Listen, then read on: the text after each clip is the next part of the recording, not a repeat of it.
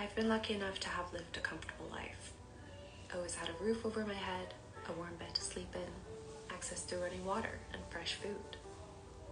We didn't always have the means to get everything we wanted, but we always had enough for everything we needed. This is what I considered comfort. But in our modern tech-driven world, comfort has become something quite different. The author of the book, The Comfort Crisis, Michael Easter, makes the case that modern society's comfort may be way too much for our emotional and psychological well-being. He says, in many ways, we're more comfortable than ever before, but could our sheltered, temperature-controlled, overfed and under-challenged lives actually be the leading cause of many of our most urgent physical and mental health issues? After reading the book, I couldn't help but reflect that question onto my own life and how my definition of comfort has really evolved over the years. I think it's very necessary to start off by saying that this is an absolute privilege to have comfort in our lives, and this definitely is a first world problem. But in our modern society, we really have turned comfort into something completely different. It has become more of an instant gratification and overindulgence. And in that case, I think it's very important to talk about how it's affecting us and how we can find balance in our lives again.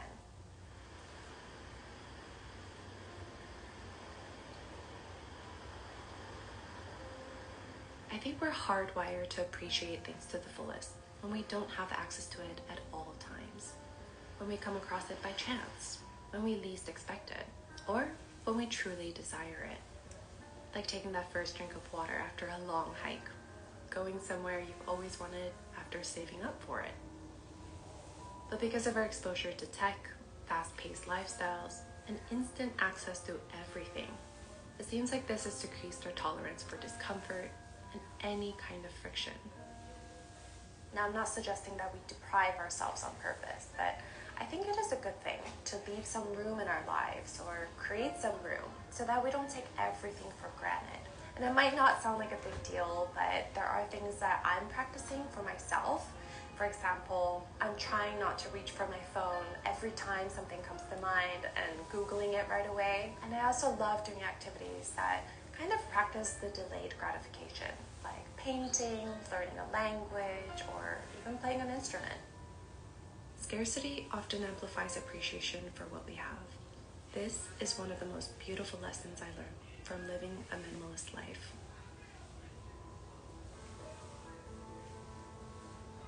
Misogi.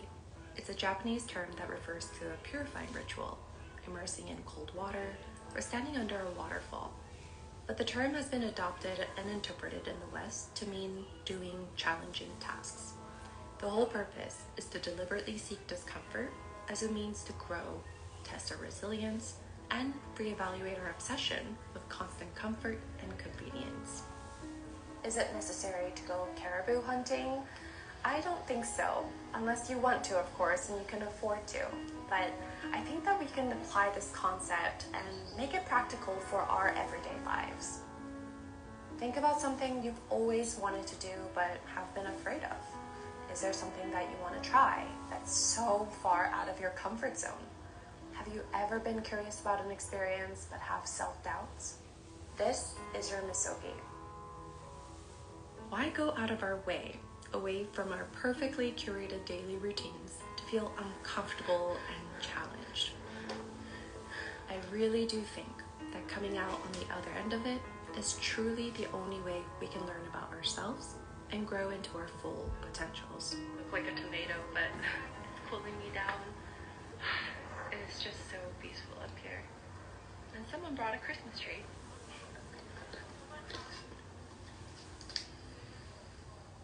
Before we continue, I want to thank the sponsor of today's video. Thank you so much to AG1 for sponsoring this video. AG1 is a foundational nutritional drink that's packed with multivitamins, minerals, probiotics, adaptogens, and more. The best part is that it's really simple. Just one scoop and add water. I've been consistently drinking AG1 for a couple of months now, and I've noticed quite a lot of benefits. The biggest difference, I would say, is in my energy level, and I'm able to recover much quicker from my workouts.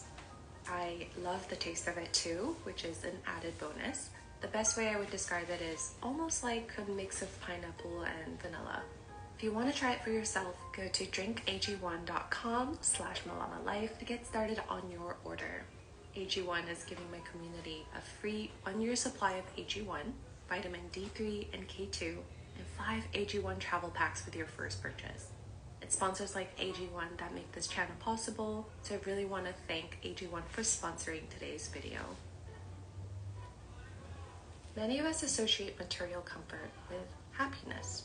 So we buy the king-size bed, the latest tech appliances, the nicest house that we can afford, fill it with things we think we need to make us feel comfortable. We spend so much of our lives chasing the next material thing on that checklist, but once we reach it, we keep moving the goalpost. Thus, it becomes a never-ending chase. Like I said in the beginning, thanks to my parents, I definitely had all of my basic material needs met, and that definitely contributed to my overall happiness. But when I moved to the States, I kind of adopted this idea that if I had more, then I would be happier. Well, spoiler alert, it didn't. Once I reached my threshold, everything else, all the excessive stuff, really became more of a burden instead of enriching my life. I think real comfort is overlooked because it's quite simple, other than our basic needs, of course. I think it's about cultivating a peaceful and mindful life, forming relationships with people with whom you can be yourself around, having a partner who is reliable and stable, having a community where you feel like you belong. This is the comfort that I want in my life that never fails to bring me happiness.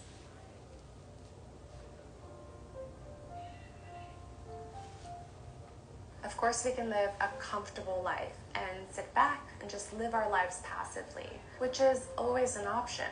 But I think that if you truly want to live an intentional life, it takes a lot of effort.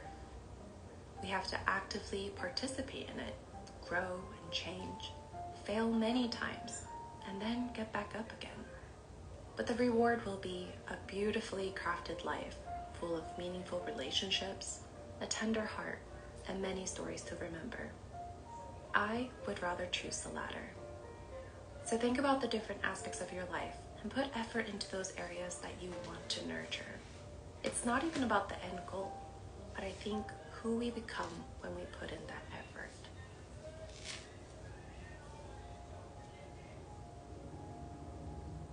I exercise a couple of times a week. I love to hike, do yoga, maybe go for a run. It's really therapeutic for me to sweat it all out and jump in the cold shower. But I find it just as important to create a holistic approach to a healthy lifestyle that requires different movements all throughout our day. Doing the dishes manually, deep cleaning my house, walking the dogs 3 times a day, opting for the stairs whenever I can. If we have enough resources, we can literally outsource everything mundane in our lives. But I always think to myself, if my life gets to that point, I need to start reprioritizing or need to start eliminating, because those things are what keep my life going. Is it enough to shape your body the way that you want? Probably not. I don't think so, but it definitely keeps me on my feet, and I have a more active lifestyle for it.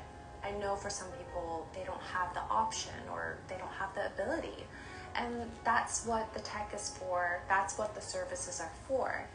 But I feel like for most of us who have the ability, I think we can make those little subtle changes to add more activities throughout our day, and it really is a win-win.